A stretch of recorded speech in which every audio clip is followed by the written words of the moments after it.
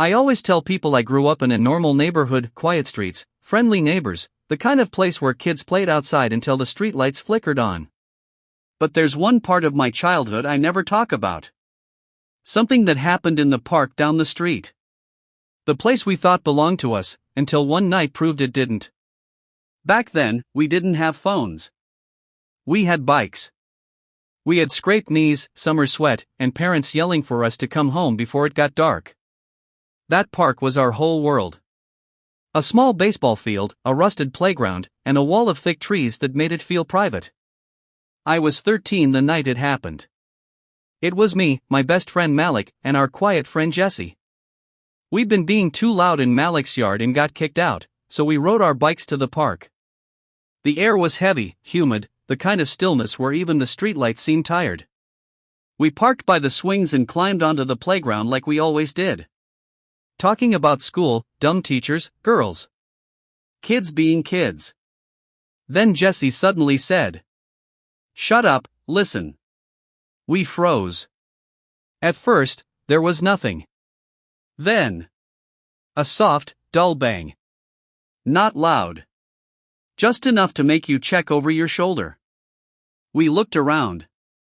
Empty field. Empty benches. Empty playground. We sat back down. Another thud. This time from inside the metal playground structure. A hollow sound, like someone tapping the inside of the slide. We all heard it. Malik tried to laugh, but his voice cracked. Then we heard the voice. A tiny child's voice echoing from inside the spiral slide. "Hi." My whole body went cold. No footsteps. No rustling. Just that voice floating up the metal tunnel. We stared at each other. I whispered, "Is someone in there?" Silence. So I leaned closer, pressing my ear to the cold metal. I said, "Are you stuck?" Then it answered. "Come find me." Not playful. Not scared. Just wrong. A voice that didn't belong to anything human. I felt every hair on my arms stand up. Still, I forced myself to slide down slowly. I kept waiting to see a kid around the bend. But the bottom was empty. No footprints in the sand. No one hiding behind the structure. Before I could say anything, the voice whispered again. This time from inside the slide, right above us. "You're too slow." That was it. We bolted. Jumped on our bikes and pedaled like we were being chased. But when we finally reached my backyard and tried to calm down, we heard it.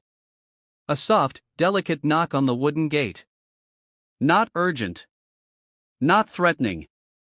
Just patient. I thought it was my dad, so I called out, "Yeah." A woman answered. A voice we didn't recognize. "Boys? Were you just at the park?" A chill shot down my spine. I walked to the tiny crack in the gate. And she was already looking right at me through it. Like she knew where my eye would be. Her smile was too wide. A stretched, unnatural grin that showed too many teeth. Her eyes didn't blink. I stepped back instantly. "No, we weren't," I said. She tilted her head slowly. "Are you sure? I heard you talking to him." "Talking? To who?" Malik grabbed my arm and whispered, "Don't open it." We didn't. No one spoke. After a long moment, we heard footsteps leaving. Dragging footsteps. Like someone half drawing their feet along the pavement. We hid inside for the rest of the night. No one slept. 2 days later, in broad daylight, I went back alone. I needed proof I wasn't crazy. I walked up to the spiral slide. My heart was pounding. Inside, scratched into the metal in tiny, uneven letters, were the words. "I found you first."